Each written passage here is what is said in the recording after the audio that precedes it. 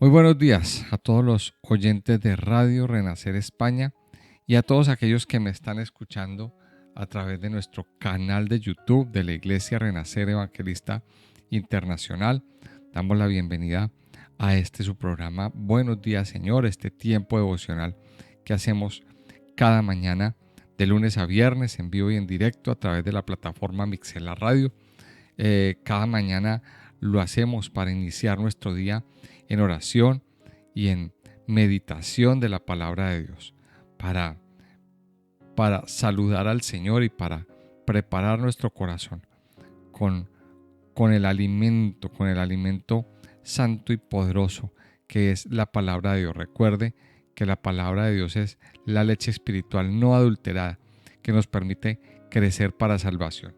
Por tanto, quiero invitarles a todos aquellos que están escuchando hoy en vivo y en directo, y a los que escuchan este audio cuando se ponen en el canal de YouTube, que vayan a la palabra de Dios, que se conviertan en no solamente en lectores, sino en estudiosos de la palabra, que lo tomen como una disciplina personal en sus vidas, y ya verán que el Señor va a empezar a revelar grandes cosas a sus vidas.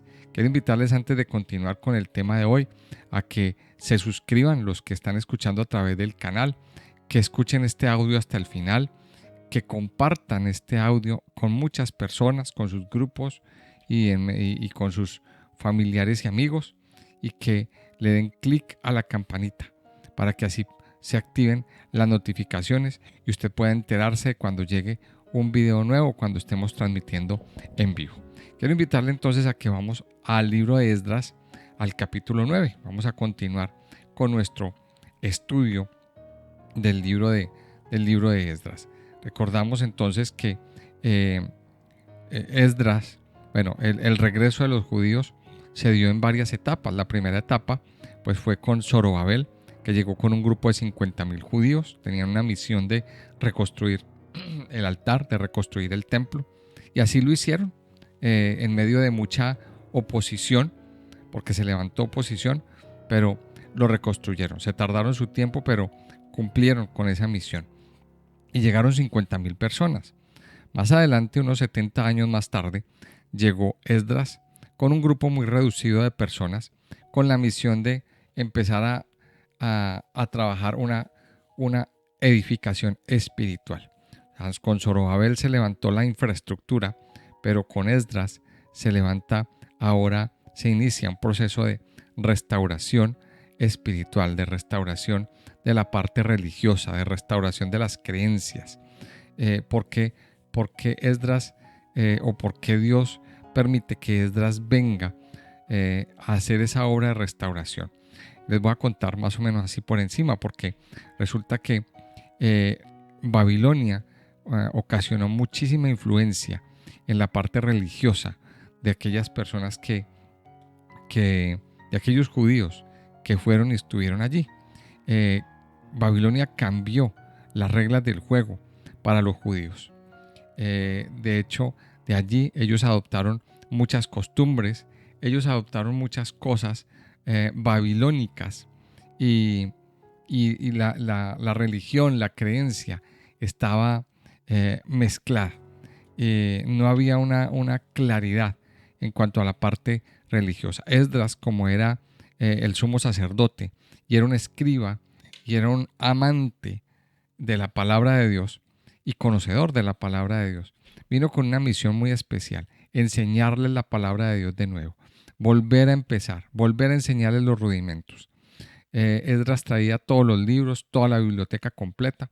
De hecho, más adelante nos vamos a encontrar en la historia cómo Esdras y un grupo de ancianos redefinieron, o más bien definieron, lo que se conoce hoy en la parte teológica como el canon. Es decir, ellos se encargaron más adelante de decir cuáles eran los libros que debían incluirse en el estudio de la Biblia, digamos, en el estudio del Antiguo Testamento, y cuáles no.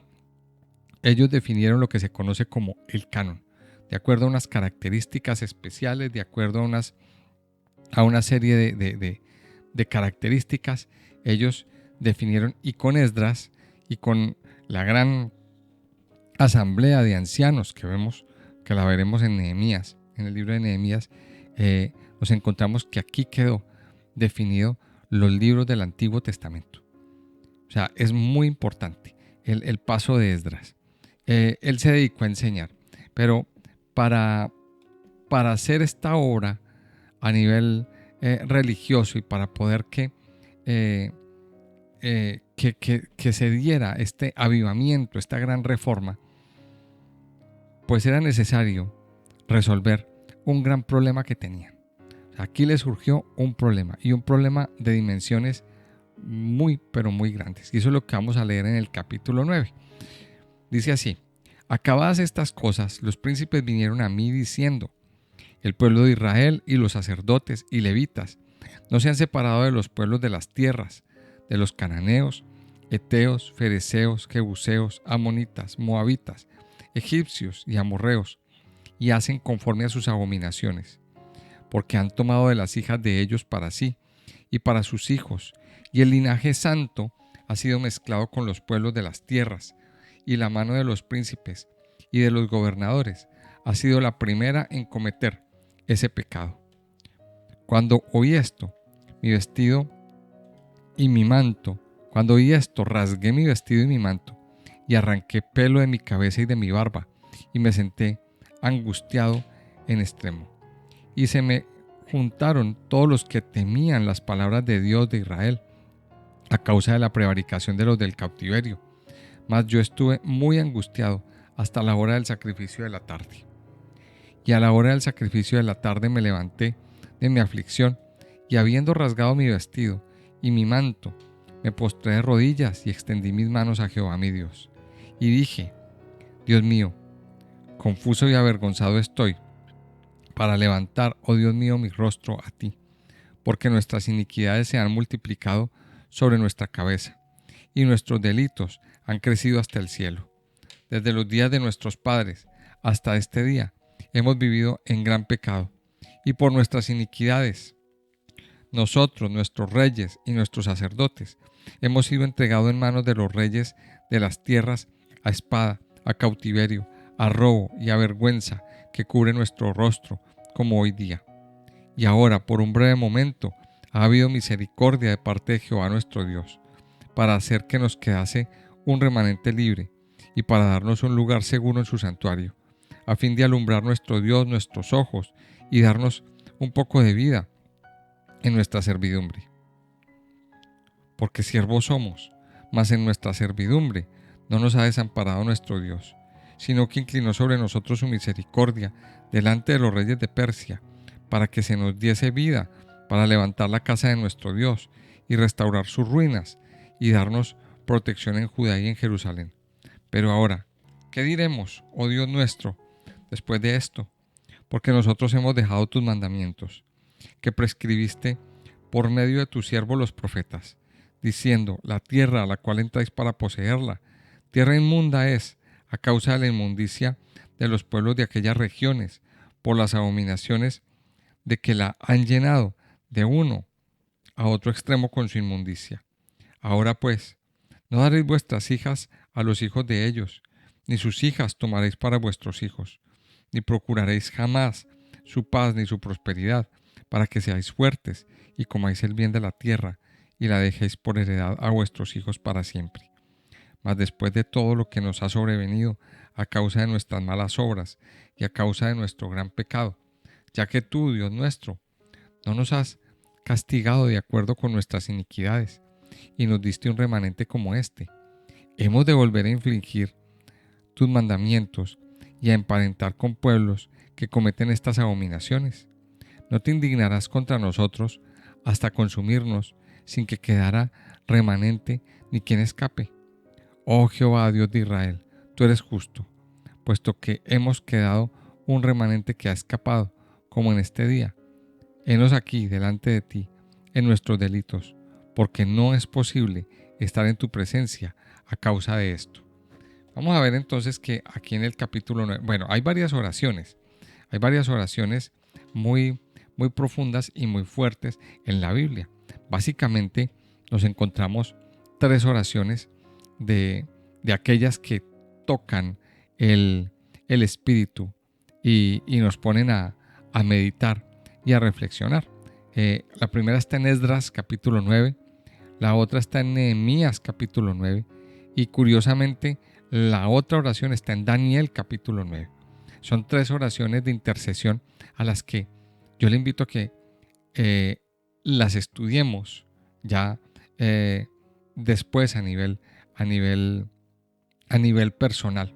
Podemos sentarnos a estudiar un poquito acerca de estas oraciones, pero son oraciones profundas, oraciones hechas en el espíritu. Mire, hay oraciones del alma, pero también hay oraciones del espíritu. Muchas veces nuestra oración es del alma. Muchas veces terminamos orando, haciendo oraciones del alma. ¿Cómo es una oración del alma? Pues cuando traemos delante de Dios muchas quejas. Ay, Señor, ayúdame, dame tal cosita, dame esta, dame para pagar la facturita, Señor. Ay, Señor, esas son oraciones del alma. Pero nos tenemos que llevar, a tener oraciones en el espíritu.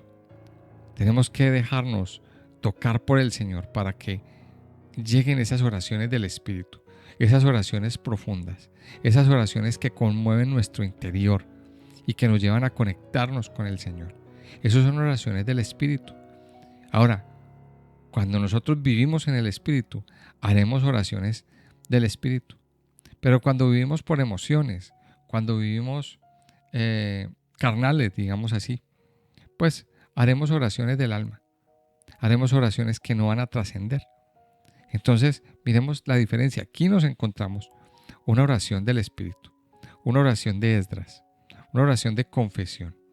Lo primero que nos relata el capítulo es: acabadas estas cosas. O sea, ya Esdras puso las reglas del juego, organizó su equipo de trabajo y empezó su labor educativa. Pero pronto descubrieron un problema. Descubrieron que había un problema y una situación bastante delicada. Y es que el pueblo de Israel se habían mezclado. Habían cometido un pecado muy grande. Recordemos que esto fue un mandato de Dios. En la ley de Dios siempre está dicho que le da una orden, Dios le da una orden al pueblo judío, al pueblo de Israel, de que no se mezclen, de que no dé sus hijas para que se case con extranjeros. O sea, de que no hagan alianzas matrimoniales con personas de otras naciones. ¿Por qué? Porque eso va a terminar dañando el linaje, mezclando el linaje de Israel con familias idólatras. Y eso termina dañando. De hecho, hay un episodio, ahí en el libro de Números está, de unos hombres que empezaron a fornicar y empezaron a tener relaciones tanto sexuales como sentimentales con extranjeras. Recuerda el episodio en Números, a partir de Números 22, cómo estos hombres empezaron a tener ese tipo empezaron a relacionarse con estas personas y la ira de Dios se encendió. La ira de Dios se encendió y Dios empezó a destruir muchísima gente. Empezó a destruir muchísima gente. Y ahí donde, esto está en Números 25. Ahí es donde vemos el famoso episodio de Finés, que vino y destruyó a un hombre que estaba teniendo relaciones delante de todo el mundo con una chica de otro país, con una chica extranjera, con una moabita. Y eso nos deja ver. Ahora, recordemos esto, que Esdras es descendiente de Finés, de ese Finés de Números 25, que era el nieto de Aarón, ese Finés. Entonces miremos que ese linaje sigue ahí. Entonces aquí se presentó un problema. ¿Y cuál era el problema? Pues que nos dice aquí, el pueblo de Israel, los sacerdotes y levitas no se han separado de los pueblos de las tierras, de los cananeos, heteos, fereceos, jebuseos, amonitas, moabitas, egipcios y amorreos, y hacen conforme a sus abominaciones. O sea, en otras palabras, no, no había, no se había generado todavía una renovación. Seguían en lo mismo. Seguían en lo mismo, aunque volvieron de la cautividad, pero seguían en la misma situación, seguían en la misma cuestión. Ahora, ¿quiénes fueron esos que no se habían separado?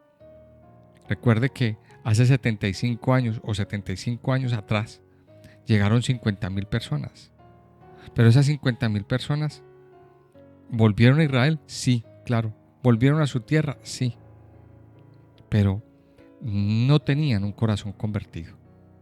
No había una verdadera conversión. Y aquí viene una de las grandes lecciones. No basta solamente con ir a la iglesia, amado oyente. No basta con que hagas algunos actos. Lo que Dios quiere es que haya un verdadero arrepentimiento. Y aquí se presenta un problema. Dice el versículo 2, porque han tomado de las hijas de ellos para sí y para sus hijos, y el linaje santo ha sido mezclado con los pueblos de las tierras, y la mano de los príncipes y de los gobernantes ha sido la primera en cometer este pecado. Mire esto, qué delicado. Y aquí me llama la atención y voy a hacer hincapié en esto. La mano de los príncipes y de los gobernantes ha sido la primera en cometer este pecado. O sea, los primeros que cayeron fueron las autoridades. Los primeros que cayeron en esta situación fueron aquellos que debían dar ejemplo, aquellos que debían serlos demostrar, pues fueron los primeros que cayeron. Mire lo que está pasando aquí. ¿Por qué esta reacción de Esdras? En el versículo 3. Mire lo que dice: cuando oí esto, rasgué mi vestido y mi manto, y arranqué pelo de mi cabeza y de mi barba, y me sentí angustiado en extremo. ¿Por qué esta reacción? Cabe preguntarnos esto, ¿verdad? Mire, Esdras era un hombre temeroso de Dios. Esdras era un hombre recto. Esdras era un hombre que amaba la palabra de Dios, pero con todo su corazón quería obedecerla. No quería faltar a ninguno de los detalles de los mandamientos de Dios. Y si había un mandamiento claro delante de Dios, un mandamiento claro, era el mandamiento de no mezclarse con pueblos extranjeros, de no mezclarse con pueblos paganos, con pueblos que eran abominables para el Señor. Y aquí vemos cómo Esdras se da cuenta y tiene una reacción de estar indignado, de indignación por el pecado. Ahora aquí nos encontramos una reacción bastante particular. Ahora, la pregunta que hoy nos hacemos, mire, ¿cómo reacciona usted ante el pecado? ¿Cómo reacciona usted ante esta situación a su alrededor? Ahora, aquí podemos aplicarlo de muchas maneras. Esta primera parte, estos primeros versículos. Mira, hay muchos que se dicen ser creyentes, pero no lo son. Aún siguen justificando su pecado, justificando su mala conducta, su mala vida. Tristemente, hay muchos que todavía permanecen en pecado y se justifican, y lo justifican delante de Dios. Y aquí particularmente nos está hablando de malos matrimonios, de hombres creyentes o mujeres creyentes que han establecido matrimonios con personas no creyentes, con personas que están totalmente alejadas de Dios. Y eso es lo que la iglesia llama, lo que se llama en el Nuevo Testamento, un yugo desigual. Eso es lo que se llama un yugo desigual. Y ese yugo desigual trae dolor y termina trayendo sufrimiento a la vida de muchos. Ahora, usted puede decir, pero bueno, ¿y Esdras por qué no convocó una campaña para ganarse esas personas? Uno podría decirlo. Ahora, desde nuestro punto de vista occidental, pues es como lo más normal. De hecho, eh, hay muchos casos en los que se ve este tipo de cosas. Muchos aconsejan, muchos le aconsejan a, a muchos pastores, digamos, muchos consejeros, aconsejan a en este tipo de casos, acerca de tener paciencia, acerca de que la mujer ore por su marido, de que la mujer sea ejemplo, de que la mujer sea de testimonio. Y vemos esos casos en, en, en, en muchas situaciones. Realmente en la iglesia hay muchos casos así. Pero, pero ¿esto es justificable? No. Ahora, aquí hay que matizar varias cosas. Mire, primero, hay personas que llegaron al Señor, pues después de estar casados. Y uno de los dos se convierte al Señor, el otro no. Eso es un caso diferente. Pero otro caso es que encontramos creyentes que han sido consagrados al Señor durante su juventud, durante su soltería, que han caminado con Dios y en medio de su temor de Dios encuentran a alguien, encuentran a una persona incrédula, atea quizás, o con unas características similares, y aún así, teniendo el conocimiento de Dios y conociendo a la persona, aún así se casan con ella y aún así entablan una relación. Y hoy viven las consecuencias. Más adelante aparecen esas consecuencias de casarse con un incrédulo, de casarse con una persona eh, que tiene estas creencias y estos pensamientos. La pregunta es qué hacer. Aquí se surge esto, ¿verdad? Hoy en nuestra vida occidental o en nuestro pensamiento, pues ¿qué hacemos? Bueno, yo no les... la Biblia, yo les aconsejo desde la Biblia. La Biblia en el Nuevo Testamento nos dice, pues no se separe.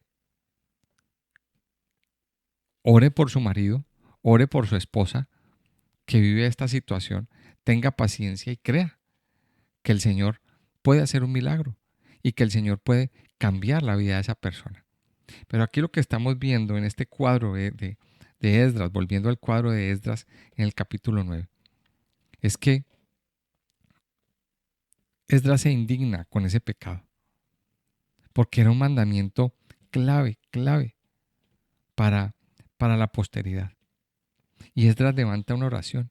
Mire que aquí en estos versículos, el versículo 3 y el versículo 4, dice que cuando oí esto rasgué mi vestido y mi manto, y arranqué pelo de mi cabeza y de mi barba, y me sentí angustiado en extremo. Y dice el verso 4, y se me juntaron todos los que temían las palabras del Dios de Israel a causa de la prevaricación de los del cautiverio. Mas yo estuve muy angustiado hasta la hora del sacrificio de la tarde. O sea, Esdras no estuvo solo. Esdras estuvo con aquellos temerosos de Dios. Y Esdras levanta una oración de confesión. Esdras levanta una oración y y esto nos da un ejemplo de cómo debemos orar, usted y yo. Hay pecado en medio de nuestro pueblo, sí, pero no debemos eh, no debemos pasar de él. Esto nos tiene que doler. Mire, y aquí viene una de bueno, viene tal vez el- la enseñanza de este devocional. Y les voy a hacer una pregunta. ¿A usted le duele el pecado? Pregúntese esto hoy. ¿A usted le duele el pecado? ¿A usted le duele el pecado de su familia? ¿A usted le duele el pecado de la iglesia? ¿Qué vamos a hacer? No podemos llegar al extremo de decir, no, eso es cuestión de cada uno. Eso es cuestión de cada uno con Dios. Muchos piensan así. Muchos piensan así. Pero no puede ser. Aquí nosotros tenemos que tomar acción, tomar parte. ¿Cómo tomar parte? Orando y clamando. Mire, aquí nos encontramos a un hombre que esa situación le dolió. ¿Y qué hizo? Él no se puso a pelear con la gente. Él no se puso, no. Él simplemente oró y confesó ese pecado. ¿Por qué le dolió tanto a Esdras esta situación? Porque mire, porque por pecados como esos, Dios envió a toda una nación al cautiverio. Dios envió a toda la nación al cautiverio. Dios dio una disciplina. Pero parece que el pueblo de Israel no aprendió de la disciplina. No aprendieron. No aprendieron de los errores cometidos. Por eso Esdras estaba indignado. Por eso Esdras estaba tan dolido en su corazón. Y no se puso a pelear con la gente. Él simplemente oró. ¿Y qué dijo? Dice, y dije, Dios mío, confuso y avergonzado estoy para levantar, oh Dios mío, mi rostro a ti, porque nuestras iniquidades se han multiplicado sobre nuestra cabeza y nuestros delitos han crecido hasta el cielo. Dice, desde los días de nuestros padres hasta este día hemos vivido en gran pecado, y por nuestras iniquidades nosotros, nuestros reyes, nuestros sacerdotes, hemos sido entregados en manos de los reyes de las tierras, a espada, a cautiverio, a robo y a vergüenza que cubre nuestro rostro, como hoy en día. Mire, el pecado trae eso. Por eso aquí hay un llamado implícito, y es arreglar nuestra vida con el Señor. Aquí entonces tenemos dos posiciones. La posición de Esdras como pastor, como líder, pero la posición del resto del pueblo, que sutilmente habían pecado y quizá no se habían enterado que estaban pecando. Lo veían como algo normal. Entonces ahí viene la gran pregunta. ¿Usted qué va a hacer? ¿Usted qué va a hacer? Y aquí yo les quiero invitar a que meditemos en esta oración, ya a nivel personal, que la hagamos nuestra y que le confesemos al Señor. Si hay pecado, que lo soltemos ya. Si usted está viviendo una situación de estas, si se ha enseñado, si se ha acostumbrado a convivir con el pecado, es necesario soltarlo, es necesario entender que hay una cosa que no agrada al Señor, que hay algo en el interior que no está funcionando. Y es necesario soltarlo. Es necesario que lo soltemos ya. Pero lo más importante es que lo confesemos delante de Dios. Yo le voy a invitar a que, terminando este devocional, usted se siente y medite. Le voy a dejar esa tarea. Siéntese y medite en esta oración. Y piense qué hay de esto en nuestras vidas. Vamos a meditar hoy. ¿Cómo es nuestra reacción ante el pecado de nuestra casa, de nuestra familia? No podemos quedarnos quietos. No podemos quedarnos ahí paralizados o con el pensamiento de que cada cual arregle lo suyo con Dios. No podemos. Tenemos que tomar la actitud de Esdras y confesarle al Señor todas estas cosas que están pasando. Yo quiero invitarle a que terminemos este tiempo en oración, a que terminemos este tiempo entrando en la presencia del Padre, en la presencia de Dios. Amado Señor, yo te doy muchas gracias en esta mañana. Gracias por darnos, Señor, esta preciosa oportunidad de venir delante de ti, de adorarte, de bendecirte, de conocerte, de estar en tu presencia, mi Señor. Padre Dios, hoy yo quiero reconocer que hemos pecado. Hoy yo quiero levantar, Señor, esta oración de Esdras. Padre, reconocemos que hemos pecado, que hemos fallado, que hemos hecho iniquidad. Reconocemos, Padre Dios, que hemos hecho cosas que a ti no te agradan. Y hoy confesamos, Señor, que hemos fallado. Te pedimos, Padre Dios, que hoy tu Espíritu ilumine nuestras vidas. El único que puede convencernos de pecado eres tú. El único que puede convencernos de pecado, de justicia y de juicio. Solamente eres tú, Señor. Y hoy queremos pedirte, Padre Dios, que hagas tu obra en nosotros, que te muevas con poder, que convenzas de pecado, de justicia y de juicio a toda la humanidad, a las personas que tenemos a nuestro alrededor, a las personas que tenemos en nuestra casa, en nuestra familia, a nuestros hijos. Que seas tú, Señor, convenciendo de pecado, justicia y juicio a la iglesia. Padre Dios, yo te pido que traigas santificación a tu casa, que traigas hoy santificación al pueblo de Dios y que permita, Señor, que tu casa sea santificada, que tu casa sea limpiada, que tu casa sea renovada y restaurada, mi Señor. Hoy queremos, Padre Dios, adorarte a ti, bendecirte y exaltarte, reconocer, amado Señor, que dependemos de ti.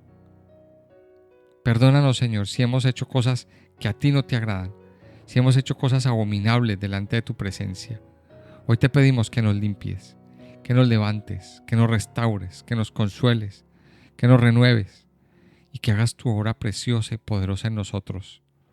Padre, abre nuestros ojos, abre nuestros oídos espirituales, abre nuestros corazones para recibirte y conocerte a ti, Señor, para conocer más y más de tu amor, más y más de tu presencia, más y más de tu gracia, Señor, y de tu bondad. Yo te alabo, Padre, y te bendigo en esta mañana. Quédate, Padre, con nosotros. Llénanos y sácianos de ti. Llénanos y sácianos de tu preciosa presencia. Te lo pedimos, Señor, en el nombre precioso de Cristo Jesús. Amén y amén.